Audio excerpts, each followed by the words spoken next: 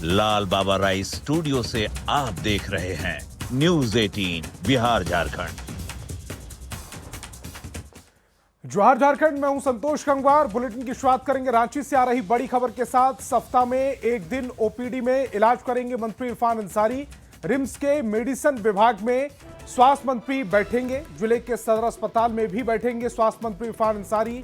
जल्द जारी किया जाएगा रोस्टर। आज रिम्स पहुंचे मंत्री।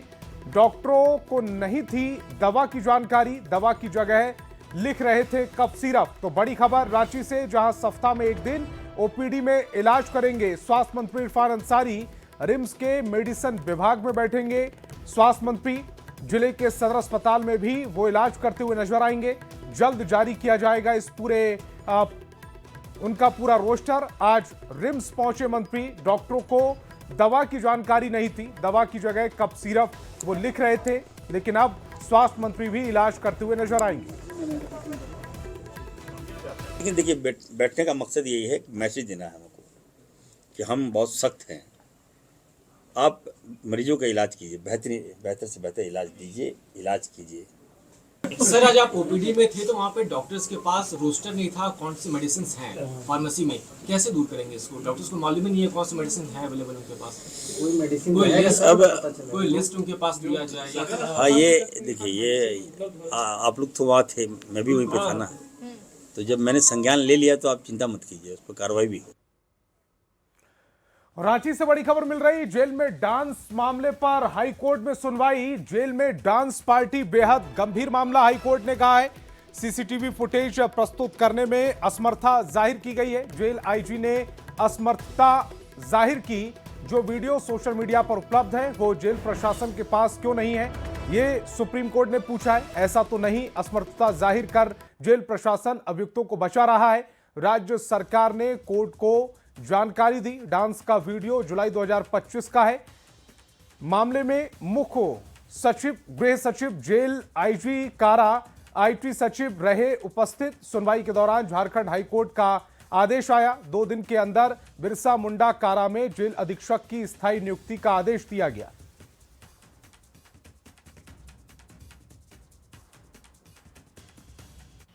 रांची के बिरसा मुंडा कारा में जो डांस पार्टी हुई थी उस पर झारखंड हाईकोर्ट ने स्वतः संज्ञान लिया है और इस मामले में कोर्ट में लगातार सुनवाई चल रही है। आज भी झारखंड हाईकोर्ट में इस अहम मामले में सुनवाई हुई, जिस दौरान कोर्ट ने यह टिप्पणी की कि जेल में डांस पार्टी का यह मामला बेहद गंभीर है। राज्य सरकार की ओर से हालांकि यह जानकारी दी गई कि डांस पार्टी का यह जो वीडियो है यह जुलाई 2025 का है, पुराना वीडियो है। लेकिन कोर्ट ने यह कहा कि पुराने वीडियो का मामला भी गंभीर है, आखिर यह वीडियो तो है ना, कोर्ट ने यह कहा। और लेकिन इस दौरान जो सीसीटीवी फुटेज को जो कोर्ट में प्रस्तुत करने में असमर्थता जाहिर की गई और यह बताया गया कि सीसीटीवी फुटेज को जो कोर्ट में प्रस्तुत नहीं किया जा सकता क्योंकि वो वीडियो दरअसल नहीं है। जिस पर कोर्ट ने यह कहा कि जो वीडियो सोशल मीडिया पर उपलब्ध है वह जेल प्रशासन के पास क्यों नहीं है। आज सुनवाई के दौरान मुख्य सचिव, गृह सचिव, जेल आईजी कारा, आईटी सचिव कोर्ट में उपस्थित रहे। लेकिन कुल मिलाकर कोर्ट की यह टिप्पणी भी महत्वपूर्ण भी रही कि वास्तव में असमर्थता जाहिर कर जेल प्रशासन कहीं अभियुक्तों को बचाने की कोशिश तो नहीं कर रहा। कुल मिलाकर झारखंड हाईकोर्ट इस मामले में बेहद गंभीर नजर आ रहा है और इस मामले में जब अगली सुनवाई होगी तो वास्तव में क्या कुछ निकलकर सामने आता है यह देखने वाली बात होगी। कैमरा प्रभाकर के साथ संजय कुमार सिन्हा, न्यूज 18 रांची। और जेल में अपराधियों के डांस का वीडियो वायरल होने के बाद कोर्ट ने राज्य सरकार के अधिकारियों को फटकार लगाई। कोर्ट के इस कार्रवाई पर झारखंड मुक्ति मोर्चा के प्रवक्ता ने कहा कि लोकतंत्र की एक खूबसूरती है कि कई मामलों पर कोर्ट संज्ञान लेती है और उसी के तहत कार्रवाई हो रही है, जहां ब्यूरोक्रेसी को आईना दिखाने का काम होता है। माननीय न्यायालय के द्वारा शो मोटो के माध्यम से कई मामलों का संज्ञान लिया जाता है और यही तो खूबसूरती है डेमोक्रेसी का कि जहां ब्यूरोक्रेट्स को आईना दिखाने की बात आती है वहां जुडिशरी अपना एक्शन लेता है। तो कुछ मामले में अगर इस तरह की चीज़ें होंगी तो माननीय न्यायालय जरूर आईना दिखाएगा और पदाधिकारियों को भी उस रूप में जवाब देना चाहिए। और झारखंड के जेलों में फैले भ्रष्टाचार को लेकर कोर्ट जहां गंभीर है, वहीं प्रमुख विपक्षी दल बीजेपी का कहना है कि झारखंड के जेल ऐश कहा है। अगर जेल में पैसे हैं तो जेल रिजॉर्ट से कम नहीं है। ये जेल साहब वो तो रिजॉर्ट है, तस्वीरें आती है, लोग डांस कर रहे हैं, पीछे शराब की बोतलें हैं, इसके पहले भी महफिल की अपने बर्थडे पे केक काटने की तस्वीरें। और जेल में क्या होता है, अगर आप सिर्फ और सिर्फ इस सरकार के करीबी होना तो आप जेल के बाहर भी कब जाते हैं, कब घर से वापस आ जाते हैं, ये भी पता नहीं रहता। तो अब उच्च न्यायालय को इस पे हस्तक्षेप करना चाहिए। और आश्चर्यजनक रूप से उस समय सीसीटीवी कैमरा भी ऑफ हो जाता है। तो ये सारी बातें जांच का विषय है। और इसी बीच पटना से बड़ी खबर मिल रही है। गांधी मैदान पहुंचे सीएम नीतीश कुमार। शपथ ग्रहण की तैयारियों का जायजा लेने वो पहुंचे हैं। 20 नवंबर को शपथ ग्रहण समारोह है। प्रधानमंत्री समेत कई राज्यों के सीएम इसमें शामिल होंगे। समारोह में करीब 3 लाख लोग शामिल हो सकते हैं और उसी का जायजा लेने ये सीएम नीतीश कुमार इस समय गांधी मैदान पहुंचे हुए हैं। एक्सक्लूसिव तस्वीरें न्यूज 18 बिहार झारखंड पर देख पा रहे हैं।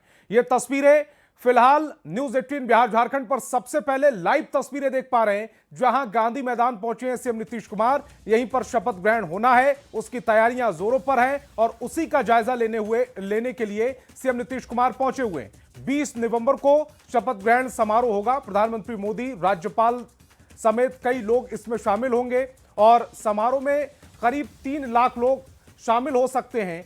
ऐसे में किस तरह की तैयारियां हैं, क्या तैयारियां पूरी तरह से दुरुस्त कर ली गई हैं, इसी का जायजा लेने के लिए सीएम नीतीश कुमार इस समय गांधी मैदान पहुंच चुके हैं। पटना से तस्वीरें दिखा रहे हैं। एक्सक्लूसिव तस्वीरें इस समय न्यूज 18 बिहार झारखंड पर देख रहे हैं। सबसे पहले ये तस्वीरें न्यूज 18 बिहार झारखंड पर हम आप तक पहुंचा रहे हैं। सीएम नीतीश कुमार इस समय गांधी मैदान पहुंचे हुए हैं। गांधी मैदान की तस्वीरें, जहां पर शपथ ग्रहण समारोह होना है, उसकी तैयारियां चल रही हैं और तैयारियों का जायजा लेने के लिए सीएम नीतीश खुद पहुंचे हुए हैं। प्रधानमंत्री नरेंद्र मोदी भी शपथ ग्रहण समारोह में शामिल होंगे।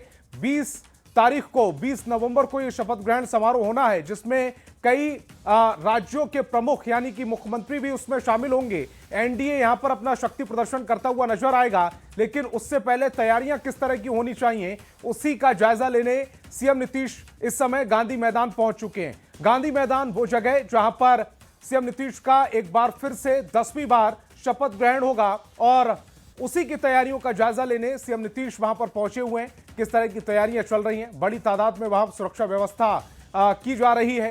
सीएम नीतीश का जब काफिला वहां पर पहुंचा तो वहां पर पहले से जो अधिकारी थे वो मौजूद थे और सीएम नीतीश फिलहाल अब तैयारियों का जायजा ले रहे हैं। और सबसे पहले ये तस्वीरें न्यूज 18 बिहार झारखंड पर आप देख पा रहे हैं। आनंद अमृतराज हमारे संवाददाता ज्यादा जानकारी के साथ फोन लाइन पर जुड़ रहे हैं। आनंद अमृतराज, गांधी मैदान पहुंच चुके हैं सीएम नीतीश, लेकिन इस बार आज तो शपथ ग्रहण नहीं है, शपथ ग्रहण तो 20 तारीख को है, लेकिन तैयारियों का जायजा ले रहे हैं वो। हमारे सहयोगी शैलेंद्र गांधी मैदान में है। मैं इस वक्त सीएम हाउस में हूँ और सीएम हाउस से जस्ट अभी गांधी मैदान की ओर निकले हैं नीतीश कुमार। उनके साथ बिहार सरकार के वरिष्ठ मंत्री विजय चौधरी भी मौजूद है और जाहिर तौर पे 20 तारीख को जो शपथ ग्रहण समारोह होना है गांधी मैदान, वहाँ पे जबरदस्त तैयारी है और उसी तैयारी का जायजा लेने के लिए मुख्यमंत्री नीतीश कुमार निकले हैं।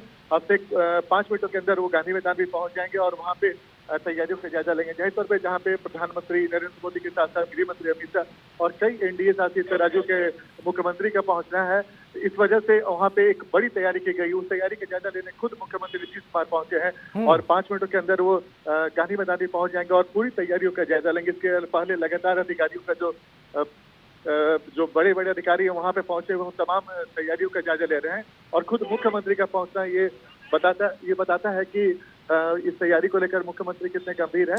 और ये भी बताता है कि जो विपक्ष लगातार उन पर आरोप लगा रहा था वो निराधार है, वो अभी भी एक्टिव है और उनकी एक्टिवनेस का ये नतीजा है कि वो खुद तैयारियों का जायजा लेने पहुंचे। और मेरे सहयोगी शैलेंद्र गांधी मैदान से मेरे साथ जुड़ रहे हैं। शैलेंद्र, गांधी मैदान पहुंचे हैं सीएम नीतीश तैयारियों का जायजा लेने के लिए।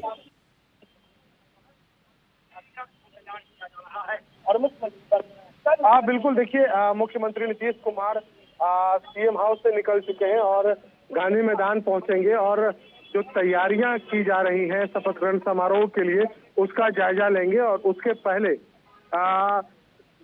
बिहार सरकार के उप मुख्यमंत्री सम्राट चौधरी, उनके साथ जो बीजेपी बिहार के प्रभारी हैं विनोद तावड़े, संगठन महामंत्री भिक्षुभाई दलसानिया सहित अन्य जो बिहार भाजपा के जो बड़े चेहरे हैं वो इस वक्त यहाँ पर मौजूद हैं और थोड़ी ही देर के बाद मुख्यमंत्री नीतीश कुमार यहाँ पहुंचेंगे और उसके बाद बिहार बीजेपी के जो चुनाव प्रभारी बनाए गए थे धर्मेंद्र प्रधान, उनके आने की भी सूचना है। मुख्यमंत्री बस किसी भी समय गांधी मैदान पहुंच सकते हैं, क्योंकि उनका जो काफिला है वो सीएम हाउस से निकल चुका है। और आमतौर पर जब भी कोई बड़ा कार्यक्रम होता है तो मुख्यमंत्री उसे देखने के लिए खुद निकलते हैं। और चूंकि एक बड़ा कार्यक्रम होना है, भव्य कार्यक्रम होना है, जिसमें प्रधानमंत्री नरेंद्र मोदी से लेकर के तमाम जो एनडीए घटक दल के जो बड़े चेहरे हैं वो इस कार्यक्रम में शामिल होंगे। और इसीलिए सीएम नीतीश खुद इस पूरे जो कार्यक्रम है उसका जायजा लेने के लिए पहुंचे हैं। शैलेंद्र, आप हमारे साथ जुड़े, आपका बहुत बहुत शुक्रिया। एक बार वो तस्वीर हमारे दर्शकों को दिखा दीजिए जब सीएम हाउस से निकले थे, और सीएम हाउस से निकलने के बाद ये जो एक्सक्लूसिव तस्वीर इस समय न्यूज 18 बिहार झारखंड दिखा रहा है गांधी मैदान की।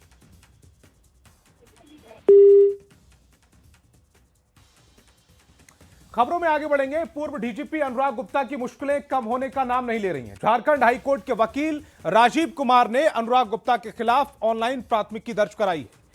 अधिवक्ता राजीव कुमार ने बताया कि अनुराग गुप्ता के कुछ नजदीकियों पर भी एफआईआर दर्ज कराई गई है। यह प्राथमिकी प्रदेश बीजेपी अध्यक्ष बाबूलाल मरांडी की ओर से जारी पत्र के आधार पर की गई। उस पत्र में बाबूलाल मरांडी ने एनआईए महानिदेशक को पत्र लिखकर जांच की मांग की थी। अधिवक्ता की माने तो उन्होंने अनुराग गुप्ता और गैंगस्टर सुजीत सिन्हा के बीच सांठगांठ की जांच की मांग को लेकर प्राथमिकी दर्ज कराई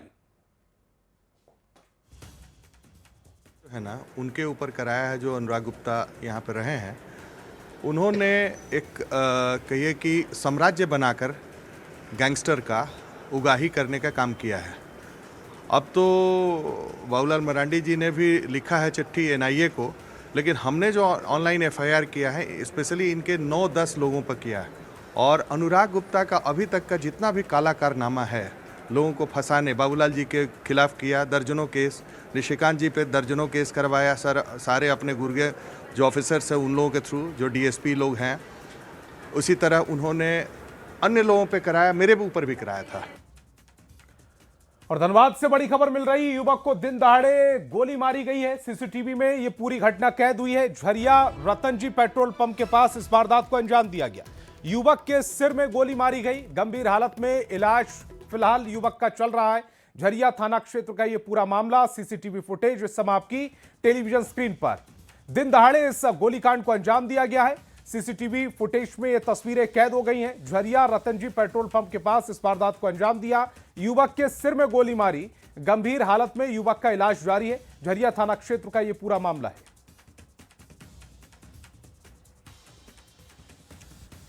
और संजय हमारे संवाददाता ज्यादा जानकारी के साथ फोन लाइन पर जुड़ रहे हैं। संजय, दिन दहाड़े गोलीकांड, युवक की हालत फिलहाल नाजुक बताई जा रही है।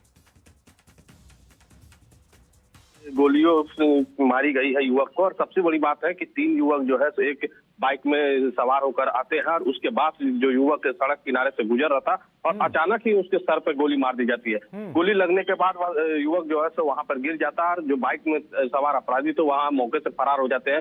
पुलिस को सूचना मिलने के बाद वहां पर पहुंचती है, एक खोखा बरामद की है और मोबाइल और चप्पल भी बरामद की है। और उसके साथ ही जो घायल युवक था, जिसकी स्थिति बताई जा रही कि बहुत ही गंभीर है, उसे आनंद फानंद में अस्पताल पुलिस लेकर पहुंची है। लेकिन अभी जो कुछ लोग बता रहे हैं कि युवक की जो है सो मौत भी हो गई है। लेकिन सबसे बड़ा सवाल है कि दिन दहाड़े कतरास मोड़, जो कि झरिया का बहुत ही व्यस्तम इलाका, वहां पर बाइक में सवार अपराधी आते हैं और युवक को दिन दहाड़े गोली मार के फरार हो जाते हैं। तो कहीं ना कहीं पुलिस की जो चाक चौबंद व्यवस्था की दावे किया जा रहा है, उस पर कई गंभीर सवाल उठ रहे हैं। हालांकि पुलिस के जो सीनियर अधिकारी हैं, संजय, जो तस्वीरें हम देख पा रहे हैं उसमें उस समय कई वाहन उस समय सड़क पर चल रहे थे जब गोलीकांड को अंजाम दिया गया।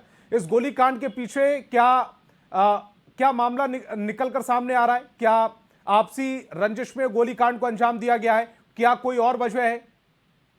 फिलहाल तो जो कारण है वो तो स्पष्ट नहीं हो पाया है, लेकिन कुछ लोगों का कहना है कि आपसी रंजिश की बातें हो सकती है, जिसको लेकर के युवक को जो है सो निशाना बनाया गया और उसे जो है सो दर्दनाक तरीके से गोली मारी गई। फिलहाल पुलिस जो है सो उन अपराधियों को पकड़ने के लिए जो है सो लगातार जो है सो क्षेत्र में जांच अभियान शुरू कर दी है, लेकिन अभी भी अपराधी जो है वो पुलिस के बाहर है। फिलहाल सीनियर अधिकारी वहां पर पहुंचे हुए, वो भी वहां पर जांच कर रहे हैं कि आखिर इस घटना के पीछे क्या कारण हो सकती है। लेकिन जिस तरीके से दिन दहाड़े इस तरीके की घटना को अंजाम दिया गया है, वाकई ये घटना कई सवाल खड़े कर रही है और पुलिस की कार्यशैली को भी कटघरे में खड़ा किया जा रहा है। संजय, आप हमारे साथ जुड़े, आपका बहुत बहुत शुक्रिया।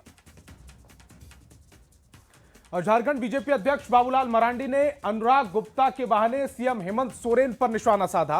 बाबूलाल मरांडी ने कहा कि डीजीपी बनने से पूर्व अनुराग गुप्ता को हेमंत सोरेन सरकार में 2 साल सस्पेंशन पर भी रखा गया, उसके बाद उन्हें डीजीपी बनाया गया और उसके बाद एक्सटेंशन भी दिया गया और फिर उनका इस्तीफा ले लिया गया। बाबूलाल मरांडी ने कहा कि काली कमाई के लिए सरकार ने अनुराग गुप्ता को रखा था। साथ ही दावा किया कि अनुराग गुप्ता दिल्ली और हरियाणा में बैठकर मुख्यमंत्री को ब्लैकमेल कर रहे हैं और सीधे आपको